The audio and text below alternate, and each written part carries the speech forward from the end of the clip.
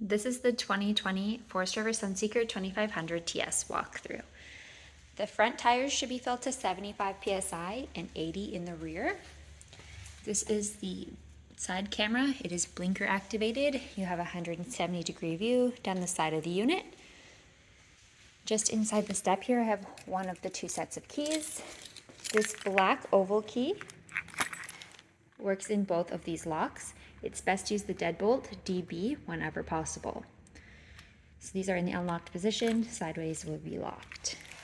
As for the other keys, there's the Ford ignition key, the lock, unlock, and panic button for the cab, and then the silver CH751 keys are for the storage compartments. The flat side of the key will go on the bubble side of the lock.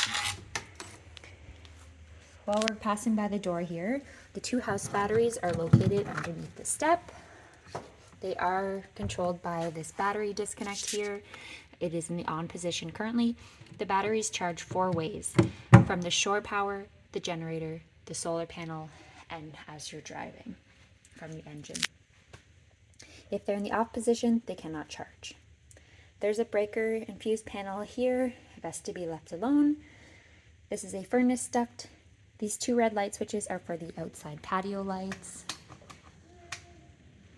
This is the awning extend and retract button. Just press extend until you see the aluminum tube roll on the end. This is not fully extended. It does have stickers on the arms here that say pull down to adjust pitch. So simply you would just pull down on the arm and it will tilt down the side for rain. This is a 12-volt motion light. You have your carbon monoxide detector. It runs on 12-volt battery power, so if the battery is low, this will panic alarm. And your solar panel controller here. So A and B stand for batteries 1 and 2. You can press A or B for the specs of the battery. Right now it's showing 50%. It's inside the shop. Max boost will quick charge the batteries in half an hour. Do not press this button consecutively. And there is a little USB charge port right there. Just on the outside of the door, you have outlets. You have a cable out, or coax out, and 12-volt port, regular outlets. The GFI for all of the outlets is in the bathroom. This is the back end of the water heater. You access it for winterizing and dewinterizing. It does have instructions and efficiency ratings inside on the label. So a quick there, those are instructions, efficiency ratings, and the gas test there. Okay, so continuing, the propane tank is in the next little compartment.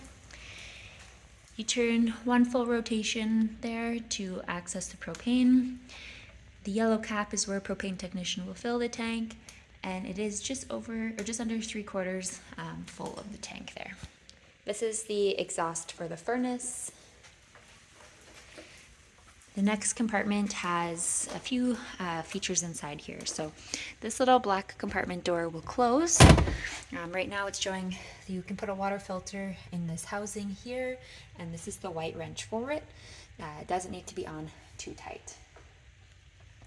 The blue line is the low point drain. So if you fill up the freshwater tank, which I'll show you on the other side, and you want to empty it, you just turn this silver valve here up and like straight parallel with the line, and it will empty right outside to the ground because it's clean water. So you see that blue line right behind the red one. The red line is the drain line for the water heater, so that is removed during winterizing. The water pump is up in the top corner, and then this white hose is for antifreeze for winterizing. So the cap would be removed from the end of the line and put into a jug of antifreeze, and it will suck antifreeze throughout the unit. We have one of the airbag suspension fills here, so we recommend checking this pressure the same time you check your tire pressures, so weekly or at the start of every trip. The pressure for this should be between 0 and 100 psi, not empty or full, at 0 or burst at 100. We recommend 80 psi. It's a little bit stiffer, but it's nice on the 400 series highways. If you're going on rough roads, then around 30 or 40 psi. You can adjust if you have more weight on one side compared to the other. There's a little black drain port here. It's the circle cutout. And then we see the bottoms of the black and gray tanks. So this is your black tank that has the water line connected to it. That's part of the black tank flush. And then the gray tank is beside. You have your pass-through storage right beside it here. All right. So we see the slide out controllers here. They have instructions on them should you ever need to use the manual override. So I always just take a picture so that I can read it properly. So you have your black drain port here as well for rinsing out this tank. This is the blind spot radar, so if someone is on your side, one of the lights will turn on the pillar, and that will be to tell you if someone's in the lane beside you. If it alarms at the same time, it will alarm at the same time if your blinker is on and someone is beside you. The backup camera is above the window there. You have a propane connection here for a propane appliance such as a barbecue. It is a 7,500 pound tow hitch with a 7-pin connector, and you have a spare tire mounted up underneath there. Beside the ladder, we have the coax connection for coax in to watch cable TV with a source at a campground. Beside it is the 30 amp power. So there's one L-shaped piece there, so you'll want to watch that you get the cord in the right spot for that one. The ladder is the roof access, so you'll want to check the seals twice a year. We recommend spring and fall, or you can ask for that to be part of the winterizing or de-winterizing services. You want to inspect all of the seals on the roof to make sure that there are no cracks. They can shrink and dry out from the sun. And you want to apply a self-leveling sealant or a waterproof exterior caulking. This is the freshwater fill. If you want to fill up your freshwater tank, you'll want to have a cutoff hose to go in there because it is a sharp angle to get down in between the wall. This is the other side of the blind spot radar. You have your shore power cable here. It does have a gray part on it there. That is the plastic trim ring. You don't want to tighten it too much as plastic can crack. Your next compartment is the water compartment with your sewer connections. So there is a light outside of it here. This is called driver's side rear light on the control panel. And you'll notice that this compartment here does not have a latch to hold it up, and that is because it is right underneath the slide out. You don't want to have the compartment up while the slide is opening. So I'm just going to open this compartment here. So first you can see the other side of the airbag suspension there. We have the city water connection, so you'll want to hook your water hose up to here. There is a surge water protector here, water surge protector, regulator, water pressure regulator, is the correct term there. So that goes on your hose between the post and the water hose. And that will just make sure that the water pressure is not too strong at your campsite. This is the plug for the drain port, so you just got a little bit of water drying out here. So again, the city water connection goes straight to your faucets. It's surged water. It does not fill up your freshwater tank like the fill does up there.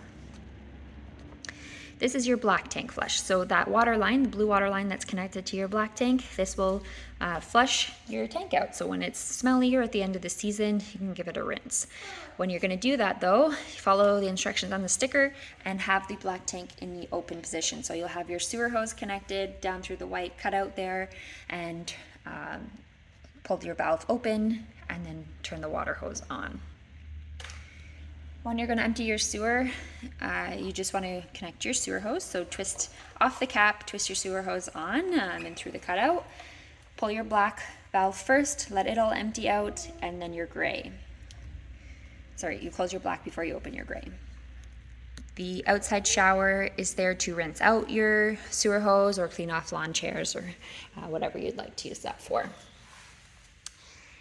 So the next is the gas fill, so it is on the driver's side. Then you have your rear tires, again 80 psi in the back. This is just a smaller storage compartment. There's two of them. You have a little compartment access underneath the dinette. The generator, it does, you can access it from out here, and I will just unlock this compartment. All right, so I just opened up the panel for the generator. It does have a start here or from inside on the control panel. It is best to use this start if you have not turned on the generator in a few months, because it gets a more direct prime from the gas line. So again, it runs off the engine gas tank. The siphon is set at 1/4 of the tank, so once it hits below 1/4, the generator will shut off, so you have time to drive to a gas station. So to turn it on, you'll want to turn it on the stop prime side for a few seconds. It is a rocker switch, and then hold it on the start side for up to 10 seconds. If it doesn't start in that 10 seconds, just give it a minute break and then return to it. Now you want to make sure that your house battery is on before you start it, and you can try starting it up again.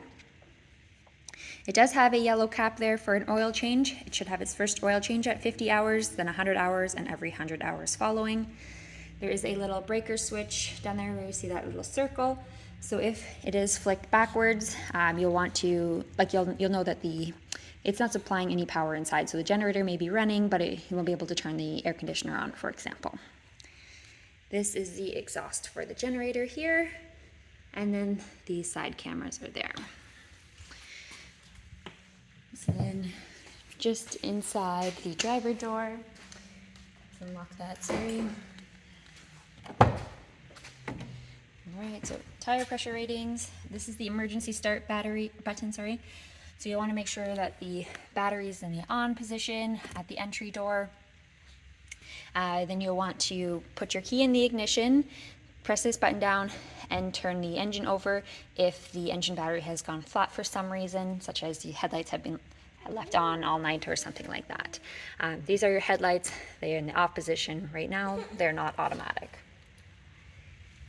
The other thing in this area is the power mirrors. So the red switch is for heat. That's if you're going to be defrosting ice off of the mirrors.